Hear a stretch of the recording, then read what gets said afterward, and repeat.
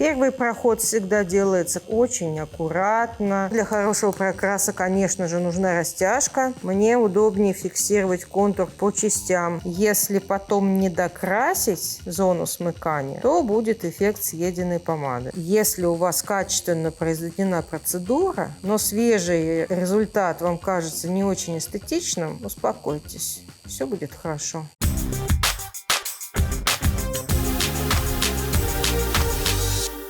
Всем привет!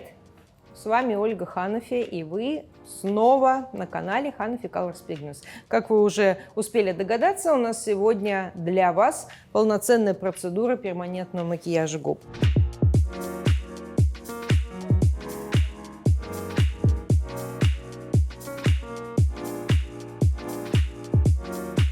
Начинаем отрисовку эскиза лежа.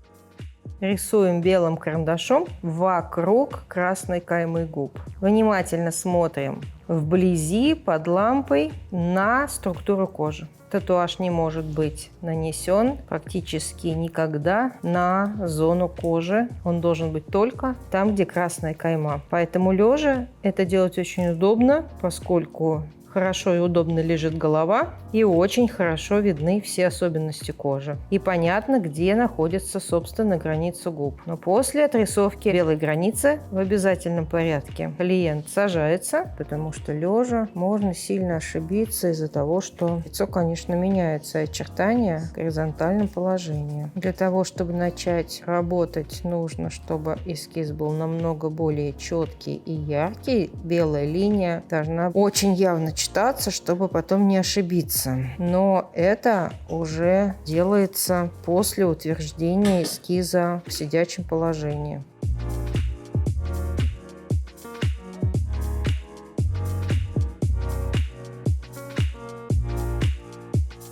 В обязательном порядке делаем фото. Телефон показывает стоп-кадр, то, что глаз может не увидеть. Стоп-кадр показывает вплоть до самых мельчайших подробностей. Сейчас мы нанесем анестезию и минут через 10-15 начнем непосредственно техническую часть процедуры. Первичная анестезия, корейский проджелкаин, гель полупрозрачный, очень легко наносится, не растекается и удобно потом промакивается. Для губ я буду использовать машинку Mast Maggi. Короткоход, эксцентрик здесь стоит 3 мм, идеально для аккуратного, мягкого прокраса. Достаточно тщательного. Работаю я с аккумуляторным блоком, без шнуров. Картриджи я буду использовать, конечно же, Hanafi. У меня тут два варианта: 0,30 1 РЛ и 0,35 1 РЛ. Как я уже показывала в специальном видео, я немножечко подгибаю иглу для того, чтобы ее направление было чуть-чуть низу. Выставила на блоке скорость 5,5. Это средняя скорость для этой машинки при работе с губами. Проверяю вылет иглы. Вполне нормально, можно чуть поменьше. Теперь нужно машинку всю обвернуть барьерной защитой, и после этого она будет готова к работе. Я подготовила, конечно же, практически все пигменты, не зная, какая у меня будет модель и с чем мне работать. В данном случае нужен просто нежнец-нежнец. Молодые губы, нежные, не очень яркие. Я приняла решение, что лучше, чем девятка, Soft Beige, тут ничего и не подойдет. Девятка, она светлая, такой нюдовый оттенок. Нюдовость достигается большим содержанием диоксида титана. Пигмент немножко, на мой взгляд, густоват. Я капельку сюда добавлю разбавителя.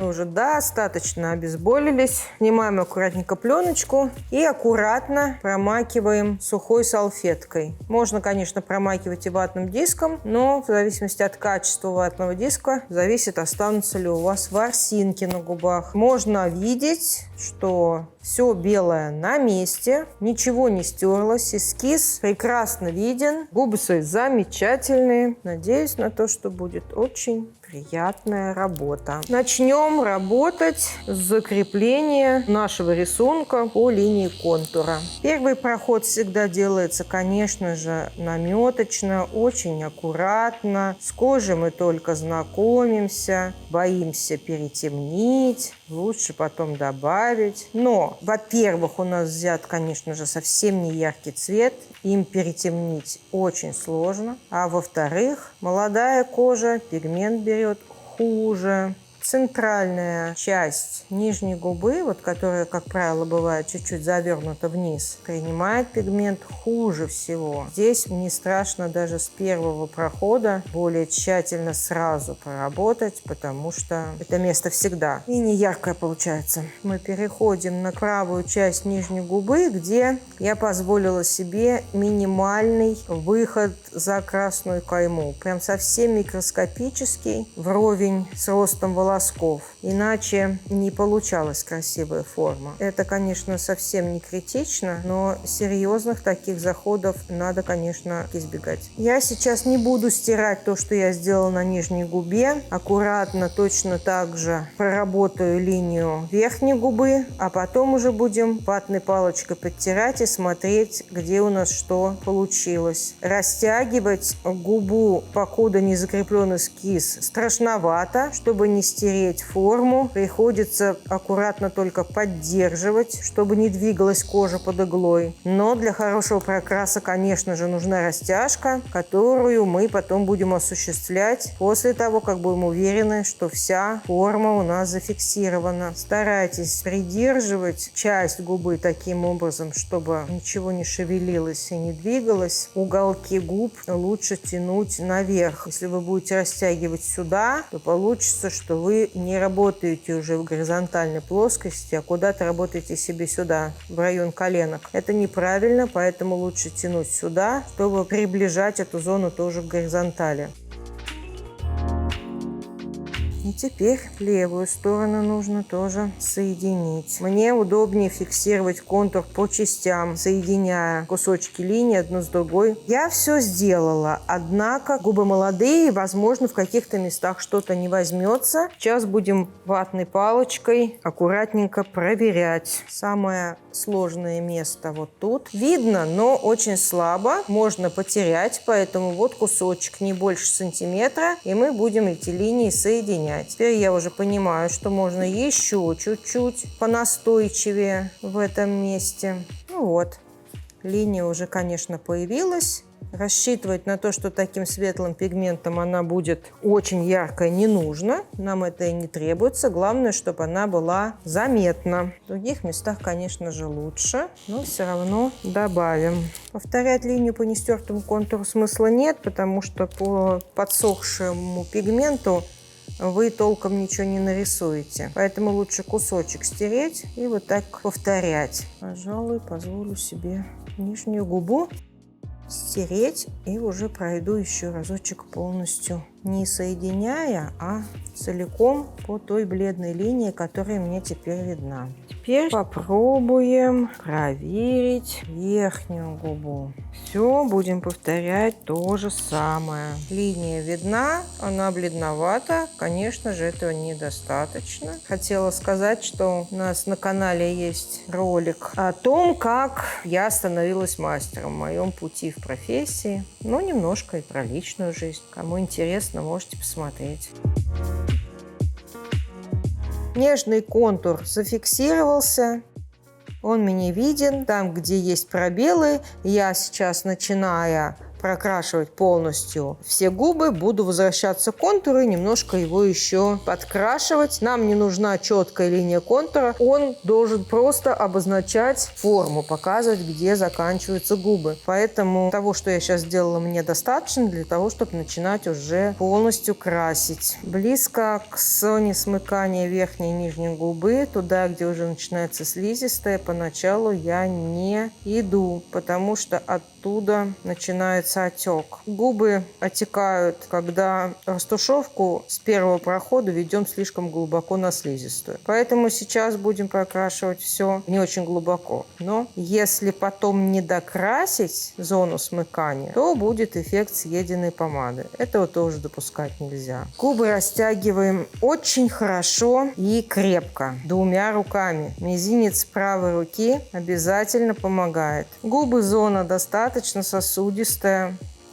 Выделение лимфы и даже сукровицы на губах – это нередкое явление. Желательно работать без крови, но на губах избежать этого полностью бывает порой невозможно. Если вы видите, что травмируете, то нужно что-то поменять, возможно, иглу, возможно, нажим, возможно, натяжку кожи. Если у вас что-то выделяется, нужно протирать и стараться кожу сушить. В центре натяжка на мизинец правой руки не очень нужна. Тут просто нужно захватывать небольшой кусочек левой рукой, а правую как следует ставить на упор. Мизинец в данном случае как подставочка работает.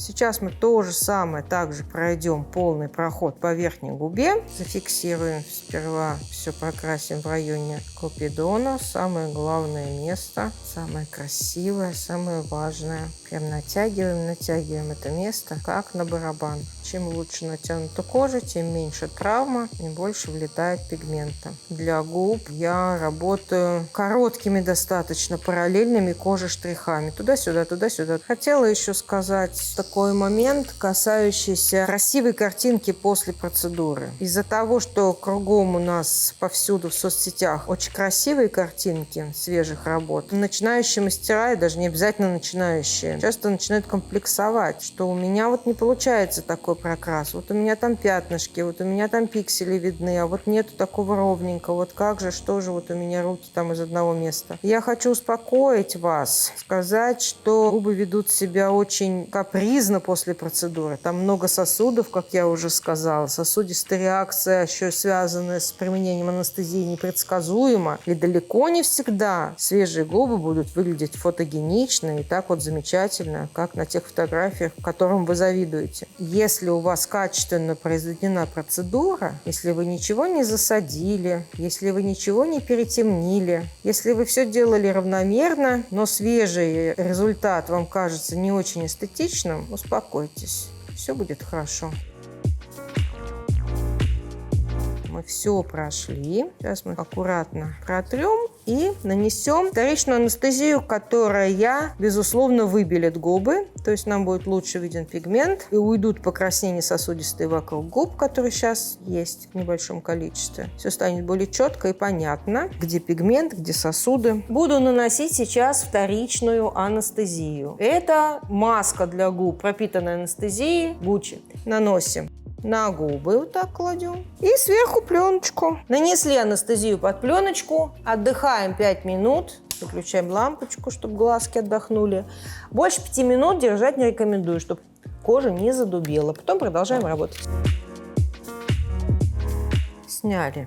Можно не выкидывать, потому что этой салфеточкой можно потом еще протирать дополнительно, как бы анестезируя, если вдруг потребуется. Все очень хорошо видно. Вокруг губ образовалась небольшая белесость, которая показывает нам пигмент. Все нежно, все аккуратно. Нужно нарастить яркость и, естественно, сделать равномерный прокрас. Сейчас мы уже будем позволять себе проходить немножечко поглубже. Хотела сказать про такой момент, когда порой такое случается. Это не обязательно ваша ошибка. Это бывает индивидуальная особенность организма клиента, когда начинается отек неравномерный. Он может случиться и в самом начале процедуры. Если вы правильно закрепили эскиз, если вы абсолютно уверены, то есть у вас есть и документальное подтверждение этому в виде фото, да, что у вас было все ровно, красиво, клиентка утвердила, ей понравилось, и вы точно знаете, что вы зафиксировали эскиз по нужной линии, а после этого зафиксированная уже линия контура кажется вам кривой, губы кажутся кривыми. Это не ошибка, а такой страх, ужас начинающих мастеров. Кажется, что, наверное, все-таки в какой-то момент я допустила ошибку. Наверное, у меня где-то дрогнула рука. Наверное, нужно срочно эту кривизну исправлять. Не делайте этого ни в коем случае. Отек пройдет, губы опять придут в норму, и вы увидите, что ваши исправления нанесли невосполнимый ущерб форме. Даже когда у вас после процедуры начинает не нервничать клиент и говорить, что здесь все криво,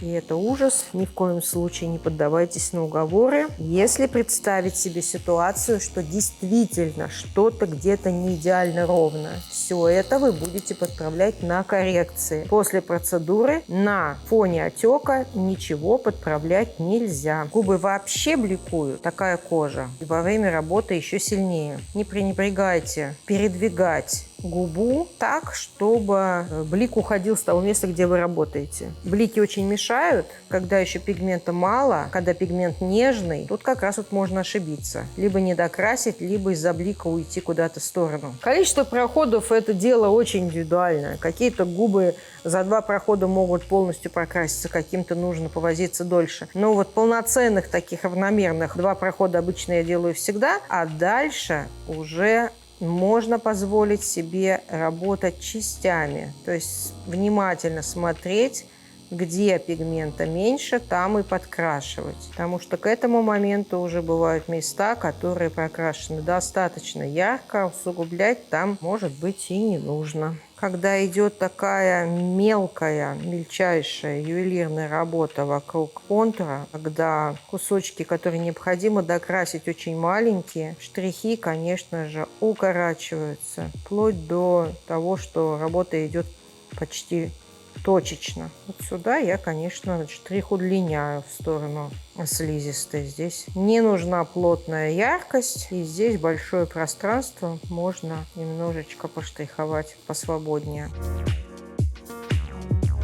По поводу работы органическими и гибридными пигментами. Поскольку Hanafi Colors Pigments губные являются четко гибридными, здесь есть в составе и минералы, и органика, но, конечно же, органики больше. Пигменты вносятся в кожу легко, красят легко. И у них есть такая особенность, которая сейчас, мне кажется, естественной, я не знаю, а когда-то это было удивительно и немножко волнительно и пугающе. Можно было красить, и все считать, что недокрашено. Да что ж такое, я же вроде бы органикой работаю, должно же прям быть ярко уже и много. Почему же все никак? И вдруг в один момент губы насыщаются цветом, как по мановению волшебной палочки. И ты понимаешь, что работа закончена. Я заканчиваю процедуру, проверяю уже какие-то абсолютные мелочи, вылизываю работу как могу, насколько позволяет кожа. Кожа, кстати, очень хорошо отреагировала, никакого особенного отека нет. Поскольку я дважды наносила анестезию, салфеточки, которые я показывала, они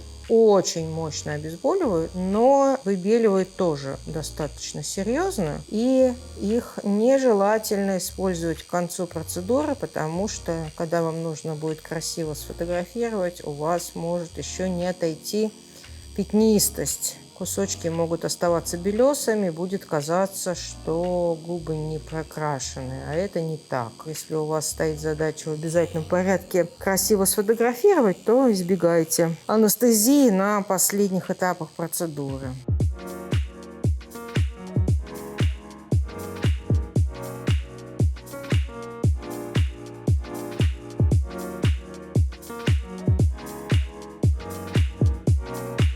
Я завершила свою работу. Думаю, что нашей модели тоже все понравится.